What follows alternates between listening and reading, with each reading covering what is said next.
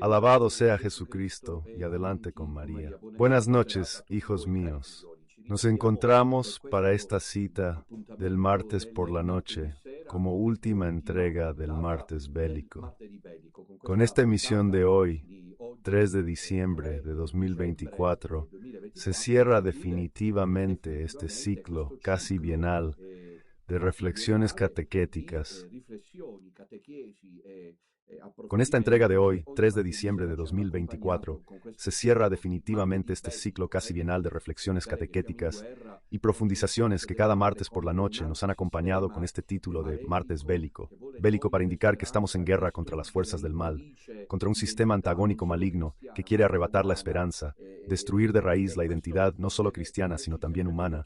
Y esto debe mantenernos siempre con los ojos abiertos. Se necesitan tonos fuertes y decisiones firmes.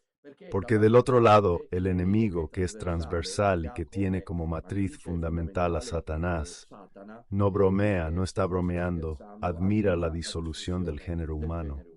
Quiero esperar, como era mi verdadera intención, que solo Dios conoce, que este ciclo de catequesis de los martes bélicos haya servido hasta aquí para ayudaros a crecer en la fe y a mantener los ojos abiertos, porque un buen cristiano sabe. Como dice la carta a los Hebreos, el deber de resistir es palabra de Dios. Así que no es un anhelo, digamos, solo para personas místicas, sino que es palabra de Dios que concierne a todos los bautizados, a los creyentes, el deber de resistir hasta la sangre en la lucha por la fe, lo dice la carta a los Hebreos. Y por eso hay que mantenerlo third. Estas fueron las dos razones que me impulsaron a este recorrido a través del martes bélico. Y a partir del próximo martes, si Dios quiere, comenzará el martes bíblico, que es el equivalente al del jueves. Pero necesitamos nutrirnos de la palabra de Dios, porque alimentándonos de ella, podemos hacer acopio en estos tiempos apocalípticos, como dice el título de esta noche. Quería dirvi naturalmente, rápidamente. Como nos preparamos para la Navidad, no comenzaré inmediatamente el relato del Evangelio de Juan con mi primer volumen, El Águila y el Sol, sino que me detendré particularmente en el prólogo, que es la primera parte importante de este mismo libro, el prólogo de Juan, que realmente puede ayudarnos a preparar nuestro corazón de la manera más teológica posible para la Navidad. Ojos abiertos. Mantener los ojos abiertos significa tener conciencia de posición en el mundo. El cristiano es alguien que tiene una autoconciencia de su propia posición en el mundo.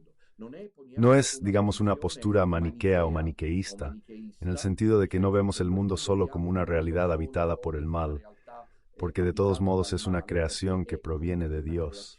Y sin embargo tampoco es, podemos decir, una ingenua voluntad de hacer paz con este mundo que puede arriesgarse a hacer explotar todos los buenos propósitos de santificación personal. En cambio, estar en el mundo significa resistir.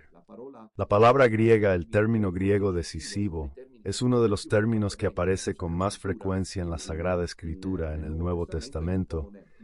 Es upomone, que significa resistencia, constancia, perseverancia, que significa paciencia.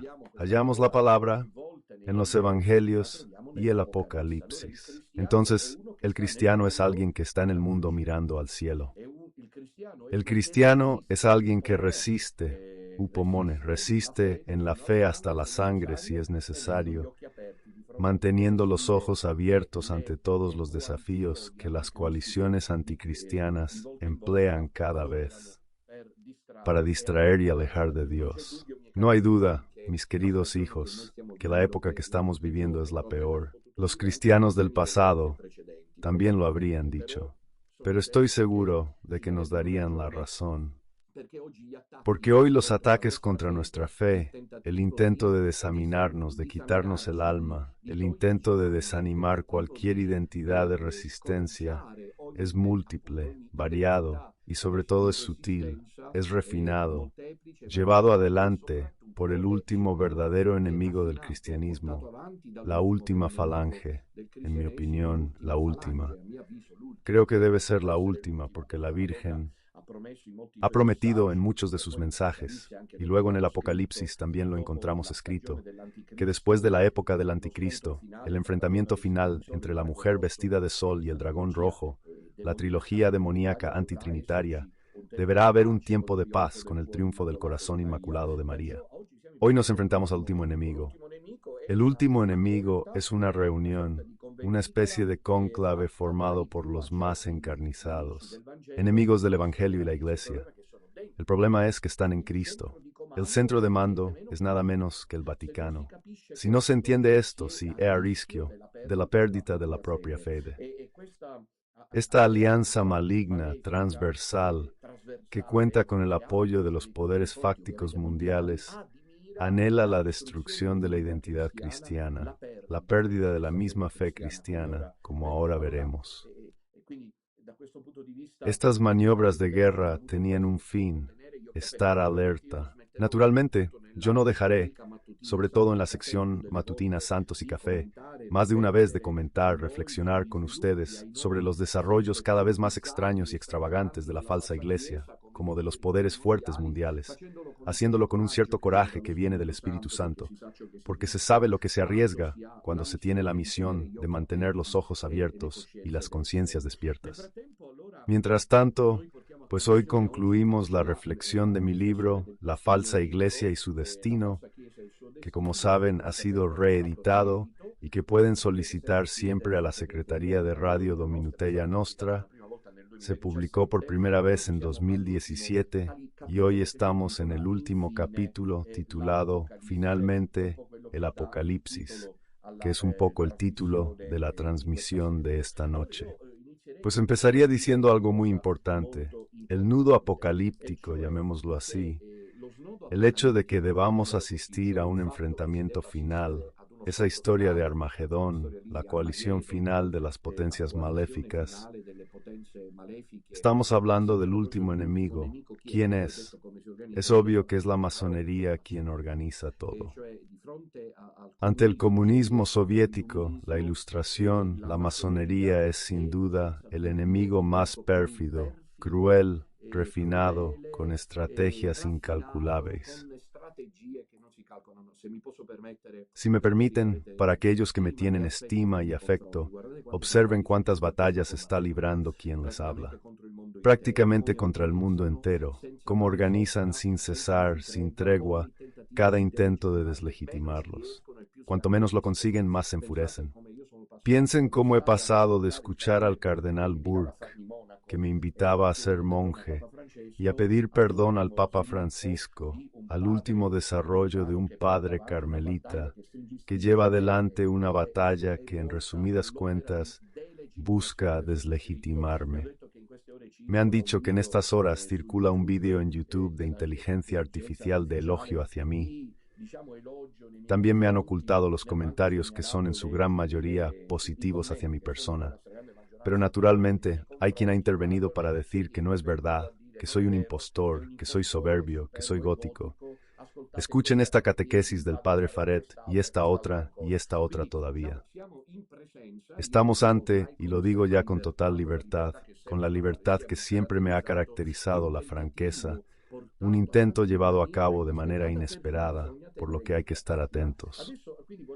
Ahora quiero decir inmediatamente que el punto álgido apocalíptico que concierne al enfrentamiento con la masonería, si queremos conservar la fe, debemos ser claros al respecto, como lo fueron los cristianos de los primeros 3 siglos, que sabían que no llamaban enemigo al Imperio Romano. Porque, en definitiva, el Imperio Romano no tenía un odio verdadero, al menos no la corte imperial, hacia los cristianos. Lo hacían por presiones del mundo judío antimesiánico, es decir, de los judíos que no reconocían a Jesucristo y que disfrutaban viendo a los cristianos perseguidos al considerarlos rivales. ¿Y por qué al final saben cómo funciona? Funciona así. Los lugares comunes, y vale la pena desmentirlos, es decir, los cristianos pasaron por 300 años, y más incluso con algunas pausas y paréntesis pasaron por impostores. Para gente que traía maldición a la sociedad, básicamente para unos holgazanes. Las acusaciones, bastaría con leer el Contra Celsum de Orígenes, o también los escritos de Justino San Justino Mártir, estamos hablando de autores del siglo II o III, relatan cuáles eran las acusaciones diloscrigidas a los cristianos de esta época imperial, es decir, que comían niños. ¿Entiende cómo se repite la historia? Comían niños. Luego otras historias eran unos santones, unos magos que hacían cosas raras. Entonces, todo el imperio romano, no solo el establishment imperial, sino toda la gente de Roma y de las fronteras del imperio veía a los cristianos como gente extraña, como gente que había que eliminar. Y entonces no se andaba con rodeos, vamos, a pasto de las fieras. Te iba bien ser ciudadano romano porque morías decapitado. Esta era la solución que se usaba con los cristianos. Pero hoy va mucho peor porque se les pide a los cristianos un nuevo credo. Viene chiesto ai católicos que renieguen de la tradición apostólica e di abbracciare un nuevo credo que es el del mundo woke, que es el de la realidad transgénero, que es el de una élite neoariana, neomodernista, neoluterano que busca la destrucción de la identidad católica. Sorprende en este contexto que hasta hoy últimamente haya quien diga que esa sigue siendo la Iglesia católica, que esa es la Iglesia de Jesucristo. Sorprende y yo sono escandalizado por esta postura que se hace pasar por teológica, que haya gente que pique ante esta estafa, porque de estafa se trata. Se negaron al debate, y esa es la prueba de fuego. Un argumento falso no es válido. Que sea una estafa, que haya algo detrás, lo demuestra el hecho de que se haya rechazado el enfrentamiento. Yo hasta hoy espero que haya un solo enemigo que haya estado dispuesto a un enfrentamiento público. Público, no privado. Público, porque el enfrentamiento se hace público para que la gente pueda decir, esto es verdad y esto es falso, como hacen, por ejemplo, en las convenciones americanas, donde los candidatos a la Casa Blanca se enfrentan y así la gente se hace una idea de a quién votar. ¿Entiende? Aquí, en cambio, se ha rechazado el enfrentamiento.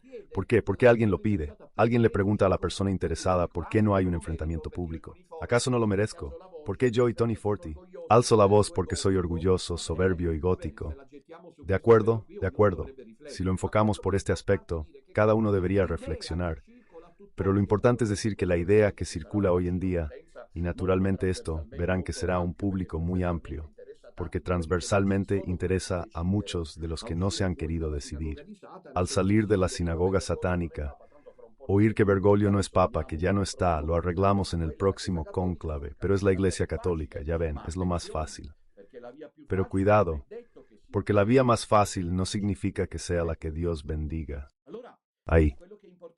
Entonces, lo importante es mantener los ojos abiertos, porque sin duda estamos viviendo el Apocalipsis, en un contexto en el que se insiste desde varios frentes y, en realidad, nuestra última batalla, la que vimos y alcanzamos de pie, no la creamos nosotros. Sin embargo, por ahí parece que yo quise el enfrentamiento. Entonces, ¿qué debería haber hecho, según ciertas cabezas huecas? Aceptar que el último en llegar tenía razón. Jefe, chapeao.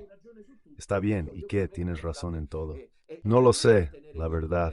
Miren, hay que estar muy atentos, porque aquí está en juego también el control mental, el control de la mente. Hay que tener mucho cuidado. La idea de que esa sea la Iglesia Católica es veramente la trápola final, es la gavia. Quien cree que la que Bergoglio guía es la Iglesia Católica está atrapado, está enjaulado.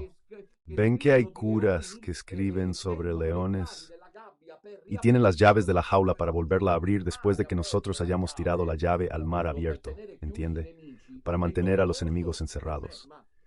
Es doloroso para mí, pero Dios hará justicia de esto. Estoy más que convencido porque lo siento. Y cuando siento estas cosas así, luego se cumplen. Dios hará justicia de esto. El dolor de ver a la gente tirarse al mar, porque el último en llegar grita que esa todavía, la Iglesia Católica, que esa es la Iglesia Católica. No se fíen de Don Minutella que les dice que salgan, De la Iglesia no existe un pequeño resto, las profecías no bastan. Se necesita el derecho canónico, él quiere ser el gran prelado, él quiere mandar. Y ver gente que se ha vuelto a tirar al mar para ir a coger con las manos ensangrentadas de la boca del tiburón la llave para volver a entrar en la jaula de Satanás, porque la de Bergoglio es la jaula de Satanás, no es la Iglesia Católica. Y tú, simple, simple. El hecho de que todos estos enemigos que me rodearon durante estos 8 años hayan actuado, como dice Jesús, a escondidas, y que esto se gritará a los 4 vientos, ya me he encargado de hacerlo yo, para llamarme y maniobrar por si acaso, e intentar decir, bueno, entonces tú te equivocas aquí y allá, y luego, no se acepta el debate público, que según yo es lo que debería decidirlo todo. Está bien, no es que yo quisiera un debate público a golpes de batidor, quería confrontarme. La idea de hacer creer que uno se niega al debate, porque yo soy agresivo, etc., es muy cómoda, porque hay pruebas de que cuando es el momento sé dialogar y cuando es el momento sé cómo comportarme. Siempre sé cómo comportarme porque soy un caballero, he sido bien educado y la fuerza, la vehemencia con que digo las cosas sirve para mantener los ojos abiertos. Atención a la trampa, porque la masonería quiere eso, mantener las conciencias dentro de un proyecto, naturalmente, la jaula dorada del Vaticano, de los que llaman la Iglesia Católica, la de Roma, que Iglesia Católica no es, y que en cambio la Iglesia Católica sobrevive en un pequeño resto. Es duro de aceptar, es difícil de aceptar. Esta mañana daba catequesis sobre María. Gracias. Felicidades que me llegan, me las quedo todas, porque es un tiempo de gran prueba para mí, pero no personal, pastoral. Al ver a la gente así como es fácil que la gente se deje embaucar fácilmente por el recién llegado. Y esta mañana les decía, mis queridos hijos, como María que hizo en el templo, siendo adolescente, el voto de virginidad, yendo contra toda una tradición cultural, social, religiosa, porque era orden divina, como dice Santo Tomás, Dios lo mandó. Y así les decía, debemos estar preparados porque esta es la orden de nuestro tiempo. No me creen, me burlan, me crucifican. ¿Qué importa? Nadie podrá decir que no, se lo advirtieron. La ordenación, por cuenta de Don Minutella, es esta que Dios ha establecido desde siempre, que llegaba el momento del enfrentamiento final contra las fuerzas malignas de Satanás, en concreto la masonería eclesiástica, la pantera negra, como la llama la Virgen en los mensajes de don Stefano Gobi, y que por lo tanto lo que parecía la Iglesia Católica no es la Iglesia Católica, sino el cuerpo místico del Anticristo, como dice Monseñor Fulton Sheen, como dice el cardenal Biffy. Me pregunto cómo llega intentar replicar a estas llamadas. Y de hecho, la solución más fácil, donde yo entiendo que puede haber un fraude, es eliminarlas, descalificarlas como profecías inútiles. Mi Santa Paz y Monseñor Sheen no son profecía en el sentido místico del término, ni tampoco el cardenal Biffy, por mencionar solo 2 nombres. Y ambos hablan de una iglesia, organismo de Satanás, que debe imitar a la iglesia de Jesucristo. Pero y activo de la masonería y hacer creer que esa es todavía la Iglesia Católica, y así la gente permanece atrapada en la jaula porque circulan flujos. No me creéis, apañáoslas. Luego además os enfadáis con los enemigos, y sin embargo no os perdéis ni un capítulo del que os suscribe. ¿Cómo es posible? Porque para mí, Santa Paz es alguien que me molesta, que lo mande a paseo, que haga su camino. En cambio, ustedes se ven obligados a quedarse clavados ante los videos, porque deberían preguntarse el por qué una vez más. Porque los flujos circundantes están dentro de la jaula bergoliana. Bergoglio es más de lo que pensamos, hijos de Cagli. Hay algo preternatural a nivel metafísico, clamoroso. Lo sabremos pronto. Descubriremos quién era realmente este personaje de 88 años, que ha trabajado y está trabajando para construir lo que ni Lutero, ni Arrio, ni los peores enemigos desde Napoleón han pensado hacer, es decir, destruir la iglesia desde dentro. Y Fulton Sheen hablaba de un cuerpo místico del anticristo, que en todo parecerá aún la Iglesia Católica, pero que en realidad será el organismo de Satanás. Este es el punto. Es el Apocalipsis. El Apocalipsis que, Se lo recuerdo, queridos amigos, nosotros estamos comentando el jueves por la noche. Como saben, yo he escrito un libro sobre eso, porque estoy comentando cada jueves por la noche la Sinfonía del Cordero, un comentario teológico y espiritual sobre el último libro de la Sagrada Escritura. Y lo que estoy intentando decir en estos capítulos, hemos llegado a los sellos. Pasado mañana reflexionaremos sobre el quinto y sexto sello. Lo que estoy intentando decir, comentando el Apocalipsis teológicamente, porque en esta fase también llega el último experto en teología y Dominutella es inútil. Increíble campaña. Y es la propaganda, la abuelo, ¿comprenden? Yo tengo olfato, sé oler bien, pero esta es la falsa iglesia de su destino. Le pido a la realización que ponga el Apocalipsis. Estaba hablando del Apocalipsis. Huelo a los enemigos donde hay un intento a toda costa siempre de deslegitimar a Dominutella moralmente, desde el punto de vista del carácter. Así que lo que dice ya no importa. Mantener las conciencias en la jaula dorada que es la de Satanás, porque el organismo que Bergoglio dirige con los suyos no es la Iglesia Católica. Es la Iglesia Católica por orden divina, por mandato de Dios, como cuando Dios mandó a María, de consagrarse virgen contra todo un sistema cultural, pero Dios es libre de sugerir lo que quiera, por ordenación divina, la Iglesia Católica, que se lo tome como quiera. Todos los buenos pensadores, los bien pensantes, sobreviven en un pequeño resto. Ahora, uno puede discutir sobre las características de este pequeño resto, sobre el asunto del gran prelado, todo lo que queramos, si es solo lo que vivimos nosotros. En ese pequeño resto, hay un pequeño resto en Perú, entre las filas de aquellos de los que no sabemos nada y quizás no son, con vergüenza. Estos son aspectos secundarios, pero lo sustancial es que el catolicismo romano sobrevive únicamente en ese pequeño resto, y debería, los últimos llegados, que evidentemente engañan las conciencias, deberían tener el coraje de explicar qué quiso decir Juan Pablo II cuando hablaba de anticha, haciendo este análisis de en la curia romana, bajo Pablo VI, y sobre todo qué quiso decir el mismo Pablo VI a Jean Guitone en 1977 y Benedicto XVI. Porque la idea de que el pequeño resto sobreviva dentro de este organismo, ustedes comprenden muy bien que es una idea extraña, teológicamente siempre se mantiene. Y dice Pablo que la relación existe entre Cristo y Bellisi. La luz y las tinieblas no están juntas, hijos míos. No se puede estar juntos en la iglesia de Bergoglio, y por lo tanto el confusionismo pastoral que tiene simplemente algo aterrador. Por dos motivos en sí mismo, quad se, diría Santo Tomás de Aquino, y quad nos, o quad vos, peor para ustedes. Quad se, en cuanto a sí mismo, como se podría sugerir decir, escríbanse, les digo misa, vengan a mi misa, yo no nombro al Papa Francisco, y luego sugerir ir de todos modos si no pueden a misa, y no es con el Papa Francisco, no sé si. Y luego quad vos, porque es la locura total a este punto, es un volver de donde se había huido. Ya, el nudo apocalíptico, amigos, lo vivimos ahora, pero hay que ver bien.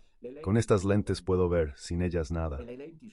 Las lentes son fundamentales. Las lentes son la interpretación adecuada de la Sagrada Escritura para nuestros tiempos, y sobre todo, como ha enseñado el Concilio Vaticano II en varias ocasiones, sobre todo en la Lumen Gentium, y también en la Gaudium et Spes, la capacidad de captar los llamados signos de los tiempos.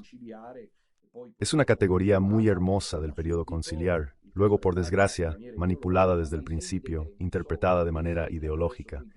Pero los signos de los tiempos son aquellos signos a través de los cuales Dios habla, a través del Espíritu Santo, en una época determinada.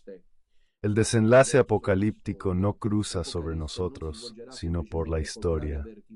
El Apocalipsis no se desarrollará simplemente con la gran advertencia y los 3 días de oscuridad, el levantamiento de los elegidos. Yo sí creo en estas cosas, sé que se realizarán y quiero recordarle una vez más a quien desprecia las profecías, que alguien como San Agustín, que quizás sea un poco más importante que el recién llegado, decía creer plenamente en el tema del levantamiento de los elegidos.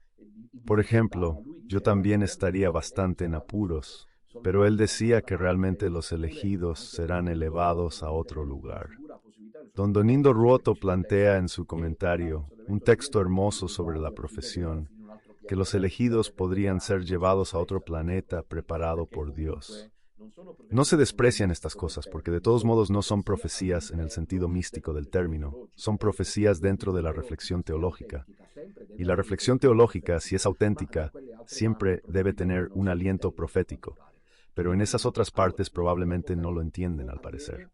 Ya, entonces el punto álgido apocalíptico ocurre a través de la existencia, por lo que creemos que Dios nos llama y nos prepara para un presente ya y un futuro próximo de enfrentamiento final. Podríamos verlo con nuestros ojos. Esta mañana una llamada telefónica de Davide de Roma decía que don Gabriele Amorte esperaba verlo con sus propios ojos.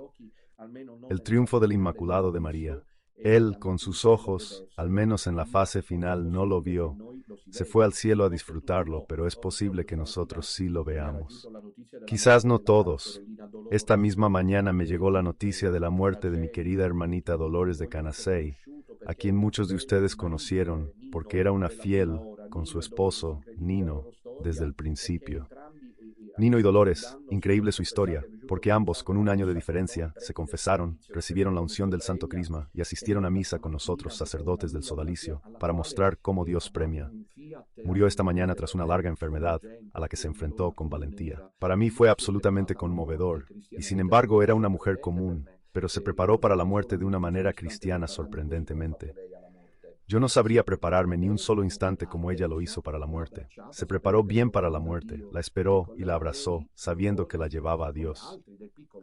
Entonces, ella, Dolores, como otros del pequeño resto, a medida que avanzamos, ya han pasado 8 años. 8 años no son muchos, empiezan a ser incluso menos. Y hay gente anciana del pequeño resto que luego se vuelve aún más anciana.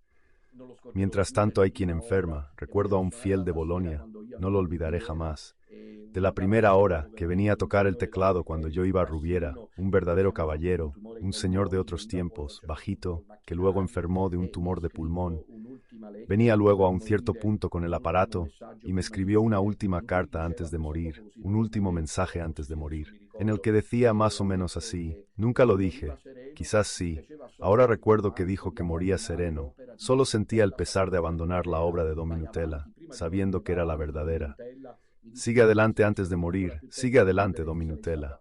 Lo siento, si hubiera tenido más tiempo para vivir, habría estado a tu lado, y lo siento por aquellos que te traicionan. Así que hay quienes van muriendo poco a poco, pero es muy probable, si no se queda sin nada, que muchos de nosotros veamos, o se verá, el triunfo del corazón inmaculado de María. Pero obviamente, si se ve el triunfo del corazón inmaculado de María, se prevé la participación en el Armagedón, en el enfrentamiento final que ya estamos viviendo, el caos total, la confusión profunda. He aquí, frente a todo esto, yo he acuñado un nuevo término. Soy hábil para acuñar nuevos términos, luego me los roban y los hacen circular como si los hubieran inventado ellos. La magna cuestión la inventé yo. No existía antes. Fui yo quien la usó primero con el tema de Benedicto y Bergoglio. Palabras neologismos. He inventado hoy para ustedes esta noche otro neologismo. Hablo de inadvertencia metafísica, palabra que no existe en italiano. Existe la inadvertencia. ¿Qué es la inadvertencia? O sea, te pasa algo y no te das cuenta. Descuido. Entonces, yo habría acuñado este neologismo inexistente en un aviso metafísico. O sea, prácticamente, queridos amigos, tenemos demonios desde todos los puntos de vista. La sociedad está endemoniada. Hay un Satán que gobierna el mundo. Estamos listos, como ahora les diré, a través de una serie de pasos para el enfrentamiento final. Y sin embargo, la gran mayoría de la gente no entiende ni jota de todo esto. Nada.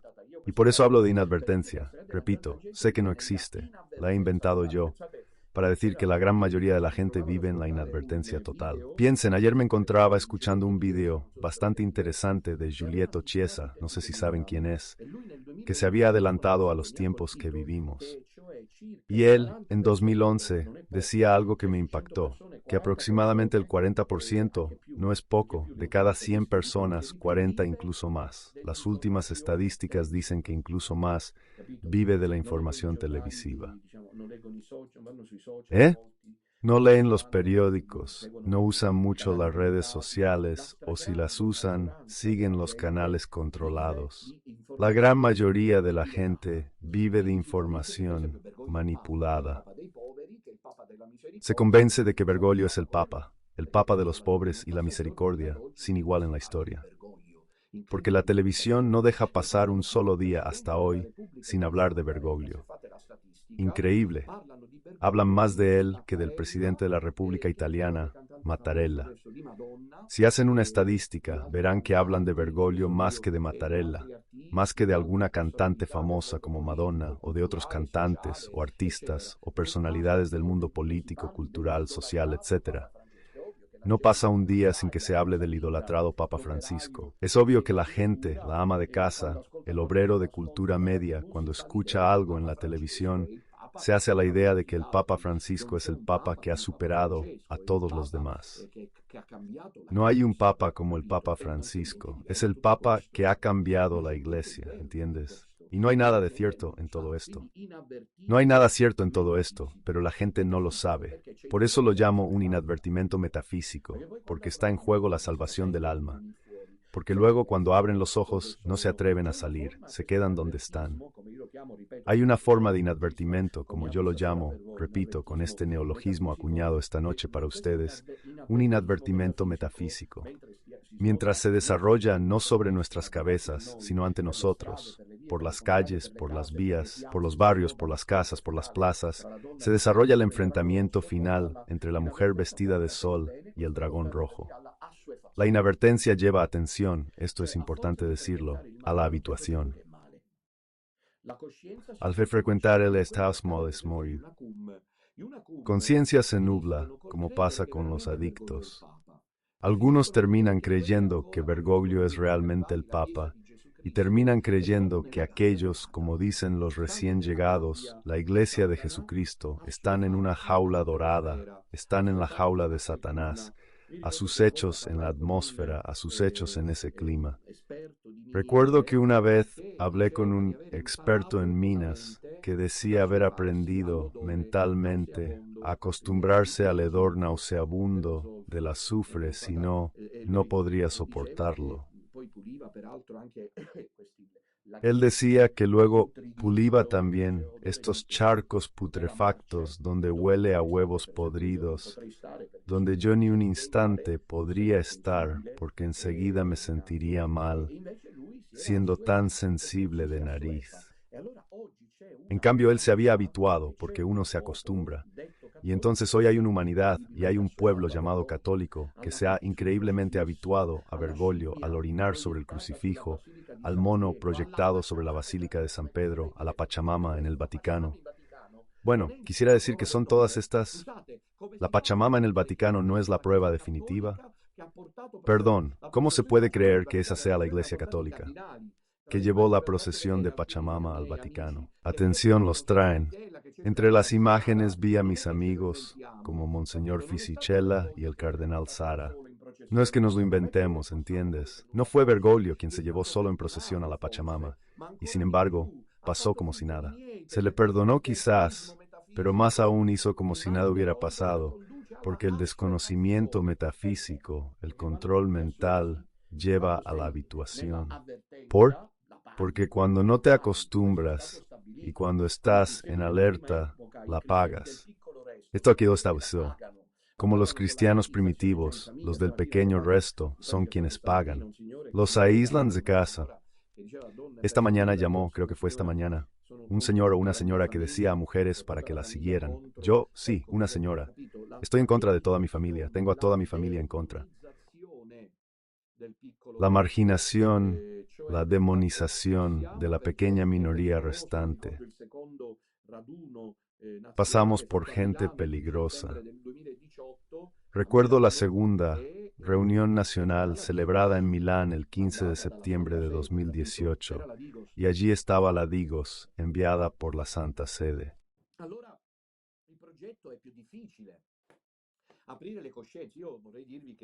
El proyecto más difícil. Abrir mentes. Yo quisiera decirles que me he dado cuenta de que sin duda contra el pequeño resto y Don Minutella hay una trama satánica, con una agresión, una violencia, a mi juicio, sin precedentes. Pero al mismo tiempo, hay gente que tras abrir los ojos, ha hecho el paripé y, como se dice, ha preferido volver a su jaula dorada porque no puede mantenerse firme en la lucha, hasta la sangre por la fe. Entonces he observado 5 contextos por los que el nudo apocalíptico no está sobre nosotros y delante de nosotros y lo estamos viviendo. Se los leo, estos 5 nudos que he observado, estos pasajes, estos paradigmas, y luego el tiempo que aún queda de desarrollo, remitiéndoles para una profundización al último capítulo de mi libro, La falsa iglesia y su destino. ¿Cuáles son estos pasajes? Primero, ¿quién es la verdadera iglesia? Tercero, saturación del sinsentido. Cuarto, intervencionismo woke, Agenda 2030. Quinto, ¿qué he escrito aquí? Agresión preternatural, que en cierto modo resume todo.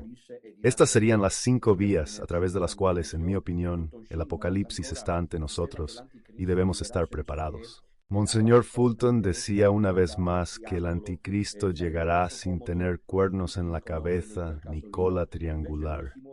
Sería demasiado cómodo para todos reconocerlo en ese caso. No, en cambio, él se moverá sin que nadie se dé cuenta de que es el anticristo. Hará creer que es un benefactor de la humanidad y que la iglesia que él dirige es la verdadera iglesia, naturalmente. ¿Primera iglesia real o falsa iglesia? Estamos viviendo un apocalipsis. Lo demuestra el hecho de que desde 2013, con la decisión valiente, mística, para nada solo canónica y jurídica, la vía jurídico-canónica ha sido digamos que la forma en que Benedicto XVI se desarrolló su misión con su renuncia, sin haber abdicado, como escribo en uno de mis libros, Iglesia, ¿dónde vas?, inició lo que se llama la temporada benedictiana, el giro benedicto, es decir, un catolicismo, como muchas profecías habían anunciado, que ya no sería el verdadero, el oficial, ya no sería el públicamente reconocido, sino más bien un pequeño resto, como lo llamó Benedicto XVI, y como lo llamado también Pablo VI, definiéndolo pequeño rebaño, un pequeño rebaño que resiste las intrigas del mal y avanza luchando. Pero, como dicen las profecías y las anticipaciones teológicas de los papas y de Mócio Fortosina y de muchos otros, una iglesia irrelevante desde el punto de vista social, una iglesia perseguitada, una iglesia minoritaria, son siglas del resto. Nos reunimos en las salas de hotel porque gracias a Dios el sistema aún es garantista en Italia. Esperemos hasta el final, pero no podemos saberlo. Nos juntamos en hoteles y pagamos la mínimo. Pagamos 1.000, 2, hasta 10.000 euros para decir una misa. En los 80, ¿imaginabais algo así? Nada en absoluto. Y entonces esto ocurre, como ocurrirá el domingo, llenando una sala de hotel de 1.000 a 1.500 personas.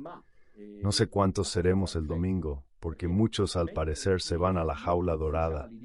Pero la cosa da que pensar, porque mientras las iglesias, los lugares oficiales de culto están vacías, las iglesias están vacías, la plaza de San Pedro está vacía, está desierta, nosotros vamos a llenar de gente, de masa católica, una sala de hotel en Milán que nos cuesta un ojo de la cara.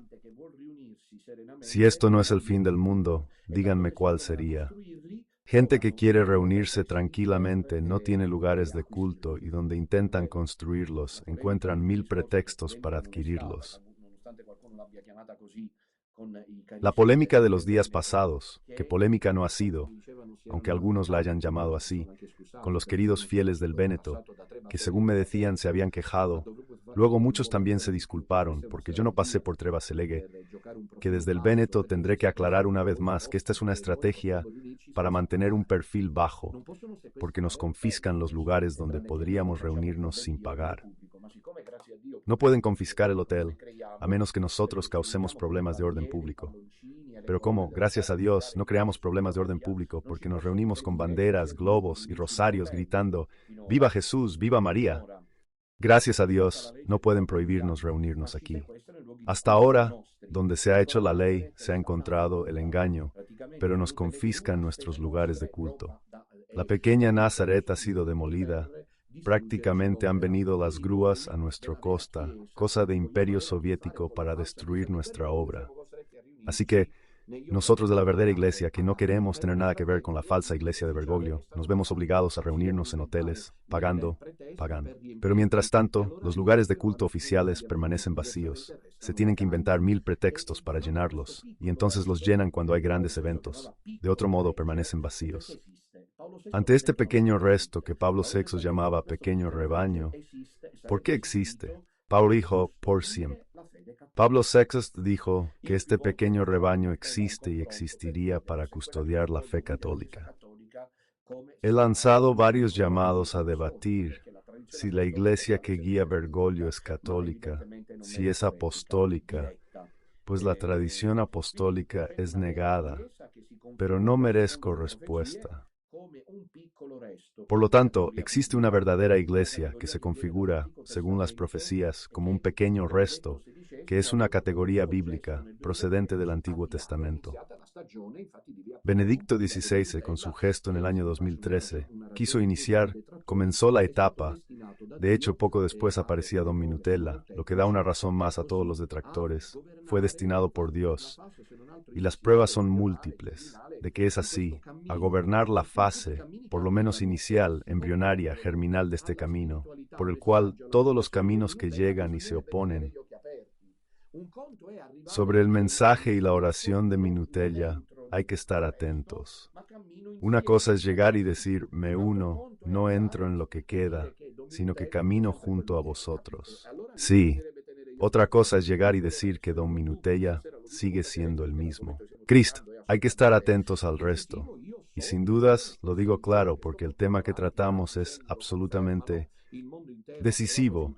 Yo sé que tengo esta misión que estoy llevando adelante. Muchas señales lo confirman. El mundo entero ha intentado hasta ahora detenerme. Tengo a toda la humanidad, la que no forma parte del pequeño resto, en contra. Paso por un monstruo porque mi objetivo, mi tarea, mi misión era reunir a los fieles, que permanecieron católicos, que sufrían por la falsa iglesia de Bergoglio, esta iglesia que imita la fe. La iglesia de las bendiciones a las parejas homosexuales que ahora son matrimonios, la iglesia de la comunión a los concubinos, la iglesia de Jesucristo vendido en el supermercado del sincretismo religioso junto a Mahoma y Buda. Esta evidentemente es la falsa iglesia. Entonces, frente a esta primera categoría, primera travesía del nudo apocalíptico, verdadera iglesia, falsa iglesia, considero que una de las señales, si no la señal por antonomasia, es que estamos viviendo el apocalipsis. Porque allí Roma se lo juega todo. La Virgen dijo que Roma perderá su fe y será sede del anticristo. Bergoglio es el falso profeta con poderes extraordinarios, de sumisión increíble de toda la humanidad a su loco plan de destrucción de la unidad católica, y con la vergonzosa complicidad de los unacume, de los recién llegados, que unacume no son de jure, pero unacume son de facto, porque si estaban con nosotros y vuelven a misa con el Papa Francisco, ya pueden entenderlo. Del año anterior. La segunda pasada podría considerarse sin duda la más clamorosa, al menos desde el punto de vista de la expectativa, es el contexto geopolítico. Mis queridos hijos, nunca como en estos últimos 2 meses, como se había anunciado, estamos ante una mecha a punto de explotar. Bueno, tendré que ser muy conciso. Algunos analistas del este europeo me habían mostrado algunos videos en las lenguas originales, pero traducidas, habían anunciado que a partir de septiembre de 2024, en poco tiempo habría una escalada. Hemos estado allí esperando. En septiembre efectivamente no pasaba nada, debido a que esperaban las elecciones políticas estadounidenses, donde ganó Trump contra la izquierda no solo estadounidense, sino del mundo entero, contra la ideología woke y todo eso. Agenda 30, si llegamos. Así que ha sido un perfil bajo, pero han visto que desde que Trump ganó se ha elevado el nivel de alerta, porque la administración Biden, todavía en el poder, ha dado su disponibilidad para el uso, con la complicidad de la OTAN, de misiles de largo alcance en territorio ruso. Esta, queridos amigos, puede constituir... ¿Qué habría pasado en los años 80? Seguiríamos todos sentados en el baño. Yo lo recuerdo, la amenaza atómica, ¿qué provoca? En cambio, Hoy, espantoso esto.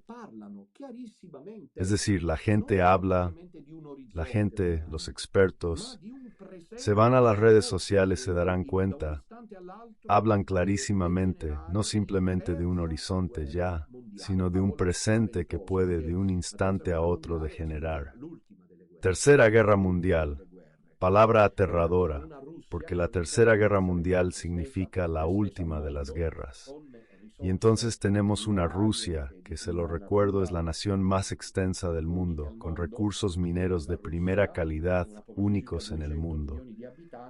Rusia, una población de aproximadamente 200 millones de habitantes, orgullosa de su identidad, que ama, salvo algunas excepciones, porque las excepciones nunca faltan, que ama a su líder Vladimir Putin, que lleva allí toda una vida.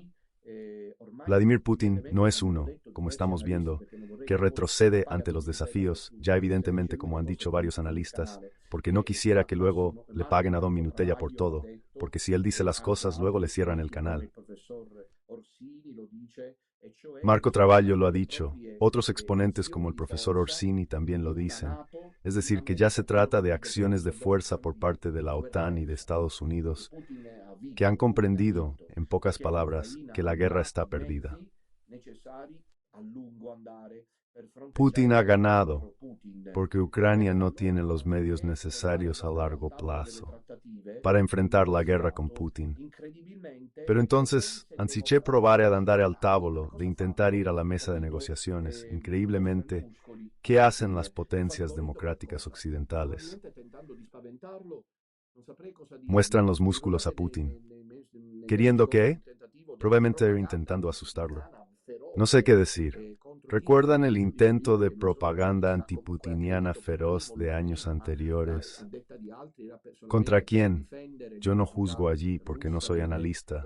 De todas formas, él agredió primero a Ucrania, pero según otros, solo para defender la identidad rusa de las poblaciones minoritarias del Donbass.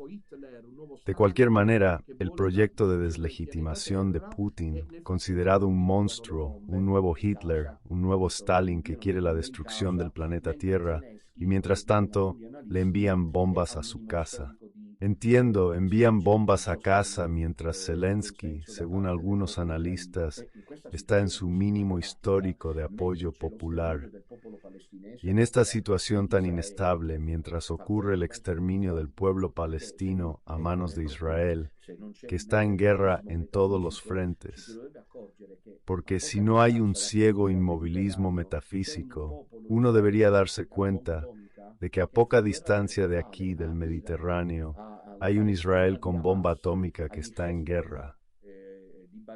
Guerra total a Irán, a Palestina, a Hamas, a quienes desatan la guerra, guerra total para los pueblos israelíes.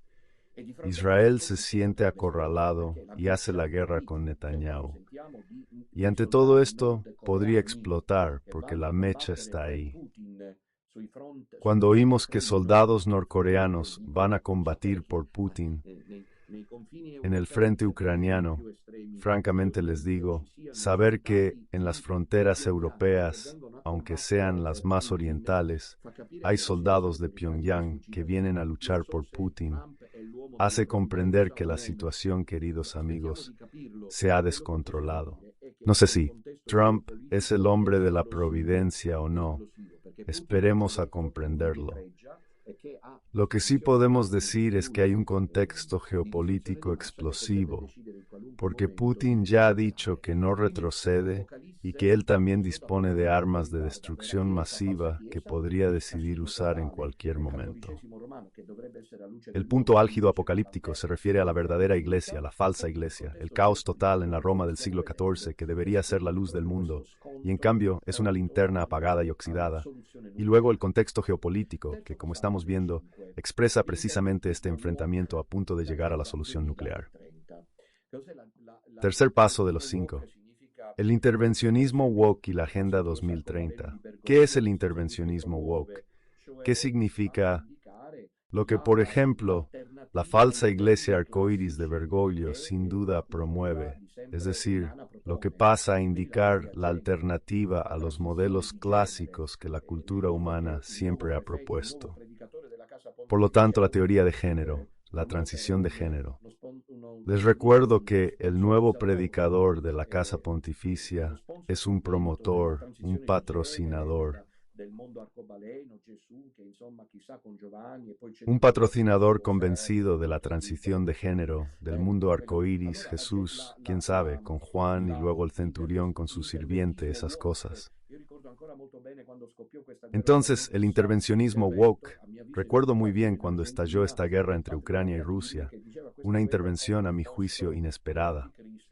Yo estaba en Argentina, del patriarca Kirill que decía que esta guerra es contra el monstruo, del anticristo, y añadía que ocurría porque existía la agenda LGBT que quería invadir también Rusia. Los rusos no lo permitieron y por lo tanto deben pagar el precio.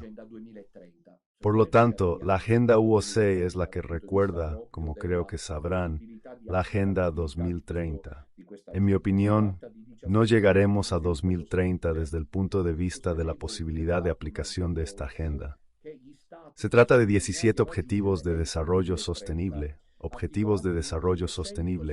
que los estados se han comprometido a alcanzar para el año 2030, articulados en 169 metas o objetivos específicos, interconectados e indivisibles entre sí, que constituyen el nuevo marco de referencia para el desarrollo sostenible. La Agenda 2030 deberá comprometer, y ya está comprometiendo a todos los países a contribuir al esfuerzo de un mundo sostenible. Atención sin más distinciones. Cada país será libre y los 17 objetivos son esta agenda: acabar con la pobreza mundial, acabar con el hambre, asegurar la salud, proporcionar una educación de calidad, la igualdad de género, garantizar el acceso al agua para todos, sistemas de energía asequibles, fiables y sostenibles, el crecimiento económico, infraestructuras renovadas, la reducción de la desigualdad, la recomposición de los centros urbanos, de los asentamientos urbanos y humanos inclusivos y... No sé si estas palabras luego no vuelven a la política generalizada, resiliencia. Y además, promover la lucha contra el cambio climático, salvo luego descubrir que, por ejemplo, el ultranonagenario, el profesor Antonio Zichichi, a quien me vanaglorio de considerar paisano porque es siciliano, fue echado por los centros de poder cuando explicó que el cambio climático y el calentamiento global no son fruto de la conducción y de las políticas industriales de las grandes potencias internacionales, sino del sistema solar, como ya he dicho, lo han arrinconado. He aquí, pues, esta ideología del cambio climático, que al parecer, y tramposamente, no buscaba ni busca aprobación. Hay otras muchas cosas. Pero dentro de esos 17 objetivos se esconde en realidad lo que ocurrió hace algunos años. Controlar a la colectividad, una especie de extensión del modelo chino, que más de 1.000 millones de personas están todas bajo control. El Gran Hermano. ¿Recuerdan estas temáticas que circulaban en los años 80 como teorías conspiranoicas? Y que si están a la vista de todos.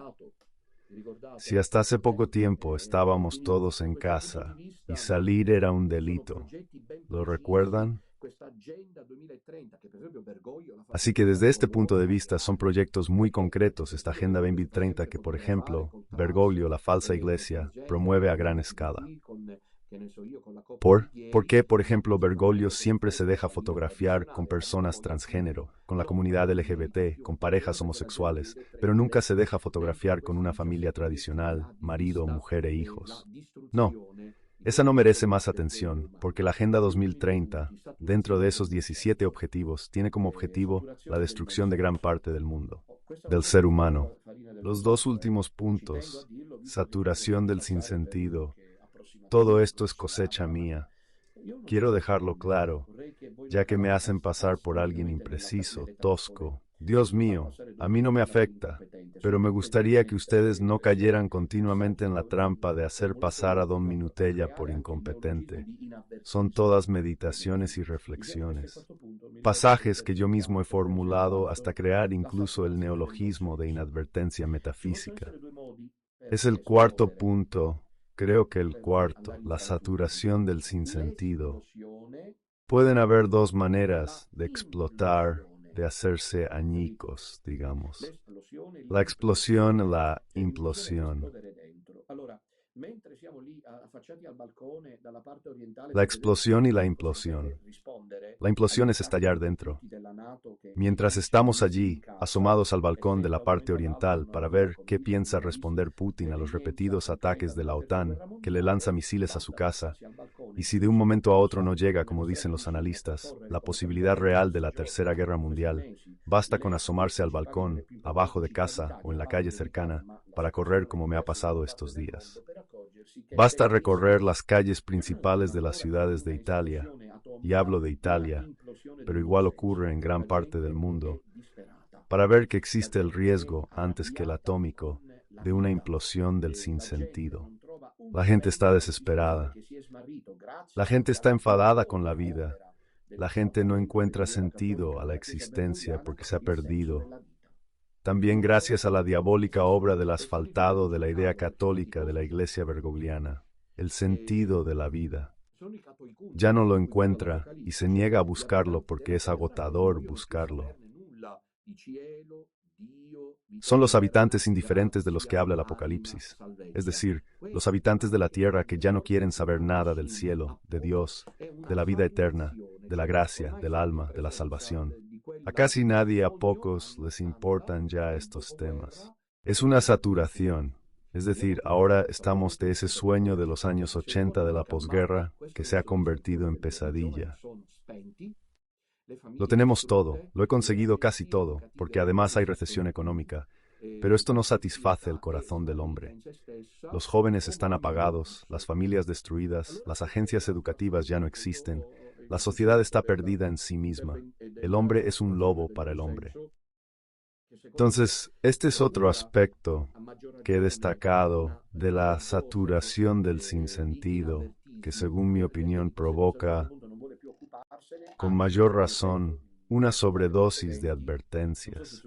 La gente, a cierto punto, ya no quiere ocuparse de estas cosas. Más bien, como dije en episodios anteriores, no sé si estarán de acuerdo, casi hay una buena parte de la vida que anhela la catástrofe nuclear.